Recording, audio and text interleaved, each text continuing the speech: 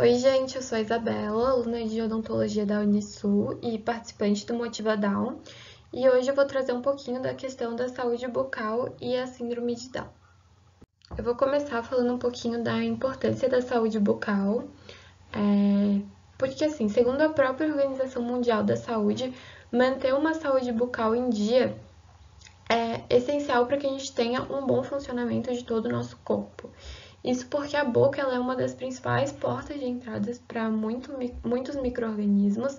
Então, bactérias, vírus, eles passam a se proliferar dentro da nossa boca e, inclusive, afetar outros órgãos posteriormente, porque a partir de gengiva e dependendo do grau de infecção, eles conseguem acessar a nossa corrente sanguínea e, então, afetar outros órgãos. Tendo em vista essa questão, cuidar da nossa higiene oral e de toda a nossa boca é muito importante. Ir ao dentista, né? Ir a um profissional frequentemente para que a gente tenha esse controle da nossa boca e do estado em que ela se encontra, né? Bom, então agora falando mais especificamente sobre a síndrome de Down, eu trouxe algumas condições bucais que são comuns nos portadores da síndrome. Bom, primeiramente eu trouxe a língua fissurada, que é essa imagenzinha aqui, em que a gente vai ver a língua nessa condição, com várias fissuras, né? E esse aspecto de rachadura. E esse é o principal fator dessa condição, que é realmente a questão estética, porque a língua dessa forma ela não vai influenciar na fonética ou na mastigação do indivíduo, não vai causar dor nem nada disso. Mas é importante que, como a gente tem essas entradinhas aqui, a gente cuide ainda mais da higiene da língua, né? Porque dessa forma, bactérias, vírus, fungos podem acumular ainda mais nessa região aqui e aí acabar trazendo uma infecção para a boca toda, né? Então é importante que a gente tenha ainda mais uma higiene, um cuidado com a higiene da língua. Bom, segundamente eu trouxe o maxilar e o palato pequeno. O maxilar é esse osso aqui superior da nossa boca.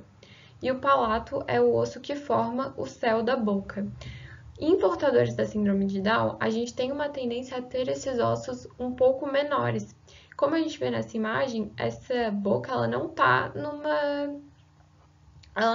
disposta de uma forma comum, vamos dizer assim, né? Geralmente a mandíbula, que é esse osso aqui de baixo, ele encontra-se atrás da maxila. Então é muito comum que a gente veja em portadores da síndrome de Down a maxila mais anterior à mandíbula. E aí sim a gente vai ter uma influência na mastigação, na fonética, porque a gente vai ter uma oclusopatia, né, que é essa má formação óssea. E outro problema é a fenda labial palatina, que eu não trouxe imagens, mas é uma condição em que a gente vai ter uma abertura entre a parte superior do nosso lábio e as narinas. Então, a gente vai ter uma comunicação direta entre narina e lábio. E isso vai gerar muitos problemas, porque vai propiciar muitas infecções, né? A gente não pode ter essa comunicação direta entre o trato respiratório e o bucal. Então, aí a gente precisa sim ter um acompanhamento médico e passar por diversas cirurgias até que a condição seja totalmente sanada para que não haja problemas mais sérios, né? E por fim, eu trouxe a macroglossia, que é o crescimento anormal da língua, que é muito comum na síndrome de Down. Então, a gente vai ter essa característica aqui, às vezes não tão protuberante como nessa imagem, mas é muito comum e por isso muitas vezes a gente vê os portadores da síndrome de Down com a boca constantemente aberta. Bom, gente, agora que eu já trouxe as condições bucais, eu vou trazer um pouquinho das doenças bucais comuns nos portadores da síndrome de Down. Bom, primeiramente eu vou trazer as oclusopatias, que, como eu falei anteriormente, são acarretadas pela má formação óssea ou muscular da região oral. E aí a gente vai ter como exemplo de oclusopatia a mordida cruzada, a mordida aberta, a posição inadequada de mandíbula ou maxila, esse apinhamento aqui dos dentes. Então, tem uma porção de oclusopatias que podem ser desencadeadas por essa má formação. Bom, a segunda doença que eu trouxe é o bruxismo, que é o ranger constante dos dentes de forma involuntária. E aí o efeito que a gente vai ter é esse desgaste aqui dos dentes, né? Então, um dente normal, saudável, e o dente de uma pessoa com o bruxismo. Ele vai ter um bom desgaste desses dentes, por isso é importante que se tenha um tratamento. E a gente tem também a gengivite, que é essa condição aqui em que a gente vai ter a gengiva do paciente bem inflamada, porque é o acúmulo da placa bacteriana aqui na região. E isso pode ser evitado simplesmente higienizando os dentes e a boca de uma forma correta. E uma outra questão é a erupção tardia dos dentes. É bem comum que pessoas com síndrome de Down tenham um nascimento mais retardado dos dentes, tá? Bom, agora o histórico médico. Por que é tão importante a gente apresentar um histórico médico correto para o dentista? Porque muitas vezes a população com síndrome de Down, ela pode estar sujeita a uma incidência maior de certas condições médicas. E às vezes serem menos capazes de relatar isso, né?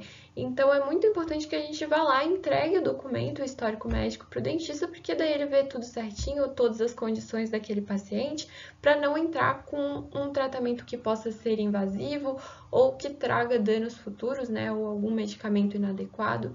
Então é melhor a gente prevenir realmente essa questão para não gerar problemas por uma simples negligência profissional, né? Agora, a consulta odontológica especializada. Bom, é importante ressaltar, gente, que não há nenhuma condição odontológica que seja específica de portadores da síndrome de Down.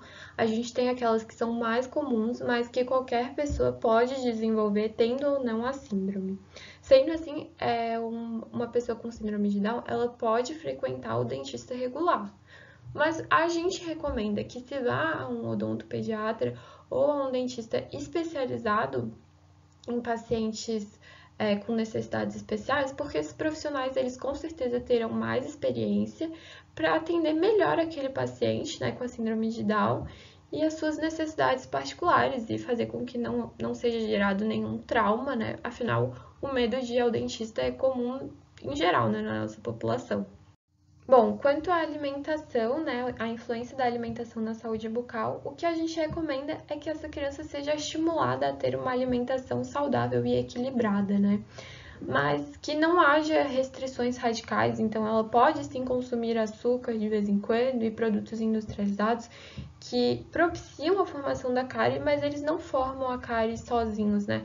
Então é necessário que também, junto com a alimentação irregular, não se tenha uma boa higiene oral. Então, se você escovar os dentes da criança, não há problema em ela consumir doces. Claro, né, pode desencadear outros problemas, mas a saúde bucal não vai estar debilitada simplesmente por causa disso, tá? Então, é importante que se tenha um equilíbrio nessa questão. Bom, agora eu trouxe um videozinho com técnicas de escovação que são muito importantes para todo mundo, tá? Não só para portadores da síndrome de Down, essas técnicas são eficazes para todos. Eu vou explicar um pouquinho. Bom, essa primeira técnica, ela é mais recomendada para quem já possui uma tendência a desenvolver a gengivite ou já está com quadro de gengivite, né, da inflamação da gengiva. Então, você vai escovar principalmente essa região aqui próxima ao sulco gengival, com a escova inclinada e realizando movimentos leves, tá? Não precisa pressionar a escova na sua boca. Escova, escova, escova todos os dentes. A porção mastigatória, que são os dentes lá de trás que a gente usa para mastigar, a gente escova com uma pressão maior, tá? Então, vai realizando esse movimento por toda a boca, ó, com uma pressão maior nos molares e pré-molares. Varre toda a sujeirinha para fora da boca, tá? Movimento de vassourinha mesmo. E outra técnica é esse movimento de bolinha pelos dentes, que é bem eficaz também. Então, realize esse movimento circular por todos os dentes da boca, na superfície aqui mais externa, né?